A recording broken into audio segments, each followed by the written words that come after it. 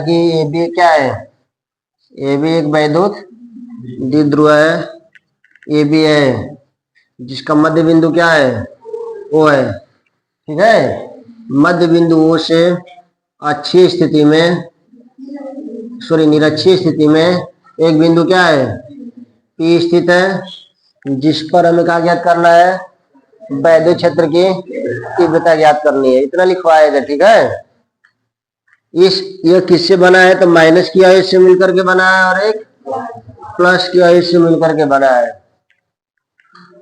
यहां से यहां तक की दूरी, पूरी दूरी पूजल होती है, तो ये दूरी कितनी होगी, एल, और ये दूरी भी कितनी होगी, एल। ठीक है, अब इस माइनस की वजह के कारण बिंदु P की दूरी निकालेंगे, माइनस Q से बिंदु P की दूरी, और यहाँ पे प्लस Q से बिंदु P की दूरी निकाल सकते हैं हम लोग। ठीक है, इस माइनस Q से बिंदु P की दूरी और प्लस Q से बिंदु P की दूरी निकालने के लिए इसको माने हैं कि कितनी दूरी पर है, R दूरी पर है। यह कितनी है, लंबाई यल है, ये ज्ञात करना है। ये जानते हैं कि कण का जो स्क्वायर होता है, कण का स्क्वायर बराबर लंब का स्क्वायर प्लस आधार का स्क्वायर, यानी एपी का जो स्क्वायर होगा आर का स्क्वायर प्लस यल का स्क्वायर। यानी यहाँ पे देखेंगे यदि एपी स्क्वायर बराबर हो जाएगा हम लोग का R square plus L square होगा ना, ये कण का स्क्वायर बराबर लंब का स्क्वायर प्लस आधार का स्क्वायर, उधर जाएगा तो क्या लग जाएगा, कर्ण यानी आर स्क्वायर प्लस, ये हो जाएगा हम लोगों का कड़ी में R square plus L square. उसी तरह से यहाँ भी सॉल्व करेंगे तो क्या होगा हम लोगों का कड़ी में R square plus L square. ठीक है, ये अब यहाँ पे हम लोग क्या करेंगे, यहाँ पे देखेंगे इस बिंदु, सॉरी बिंदु P पर इस माइनस क्यू के कारण जो वैद्युत क्षेत्र होगा, इस माइनस क्यू से क्या होगा, माइनस क्यू की ओर होगा। ठीक है, किधर होगा, माइनस इस दिशा में होगा, इस दिशा में होगा। अगर प्लस क्यू के कारण देखेंगे तो यहाँ पे वैद्युत क्षेत्र क्या होगा, इससे दूर होगा, होगा ना ये। अब हम लोग क्या करेंगे कि इसके कोण का दो भागों में बांटने वाले एक रेखा खींचेंगे जो इसके समांतर होगा। अगर ये कोण थीटा है तो ये कोण थीटा है, तो ये कोण भी क्या होगा, थीटा होगा, क्योंकि एकांतर कोण आपस में बराबर होते हैं। जब इसको दो भागों में बांट दिए हैं, ठीक है, तो ये कोण भी क्या होगा, थीटा, ये कोण भी कितना है, थीटा है। अब इसको जब यहाँ पे वैद्युत क्षेत्र की जो तीव्रता है, इसको दो घटकों में विभाजित करते हैं, तो इससे जो थीटा कोण की ओर तरफ होता है, ठीक है, जैसे यहाँ पे देखेंगे इसके लिए इस प्लस क्यू इस कारण हम लोग E1 मानते हैं वैद्युत क्षेत्र, और माइनस क्यू के कारण क्या मानेंगे, E2। तो जब यहाँ पे E1 के लिए यदि लेंगे तो इससे इसके क्षेत्र के थीटा कोण की ओर अगर देखेंगे तो इसको हम लोग क्या मानते हैं, इसको मानते हैं काश थीटा। इसके लिए हम लिख देंगे E1 काश थीटा। अगर इसका ऊर्ध्व घटक लेंगे, ठीक है, इससे दूर की ओर होगा, उसे क्या मानेंगे, इसको मानेंगे E1 साइन थीटा। ठीक है, फिर इससे इस कोण के लिए लेंगे, इसके लिए लेंगे तो इसके अंदर की ओर जाएंगे, इसको क्या मानेंगे, E2 काश थीटा। ठीक है, और इससे दूर की ओर रहेंगे तो इसको क्या मानेंगे, E2 साइन थीटा। ठीक है, समझ में आ गया, इसमें कुछ पूछना है, ये समझ में आया यहाँ पे। अब एक बार और देख ला,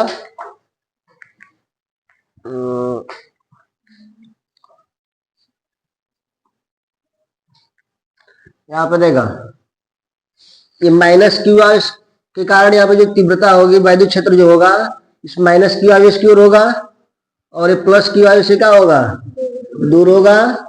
इसके समांतर इसको दो बराबर भाग में बांटने वाले कोण रेखा खींचेंगे।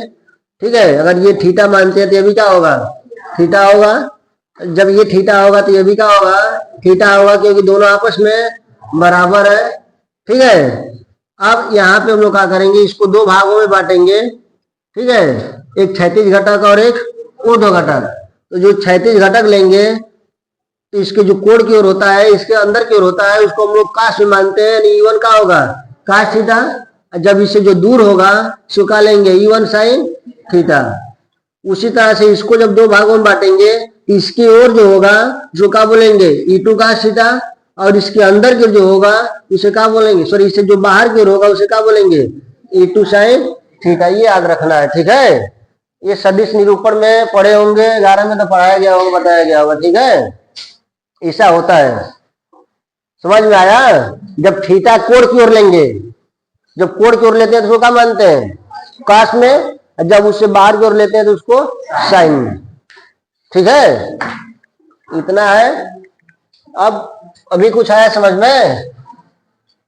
अब यहां पे क्या करेंगे, माइनस क्यू आविष्कार बिंदु पी पर तीव्रता निकालेंगे। माइनस क्यू आविष्कार बिंदु पी पर तीव्रता निकालेंगे तो E1 बराबर होगा 1/4πε0 क्यू अपान अंडर रूट, बीच की दूरी क्या है, under root R square L square का होल स्क्वायर। अंडर रूट का वर्ग करेंगे तो क्या होगा, R square plus L square plus Q आविष्कार बिंदु पी पर तीव्रता E2 निकालेंगे 1/4πε0 into Q upon under root R square plus L square का होल स्क्वायर, यानी हो जाएगा 1/4πε0 into Q upon R square plus L square. अब हम लोग क्या करेंगे,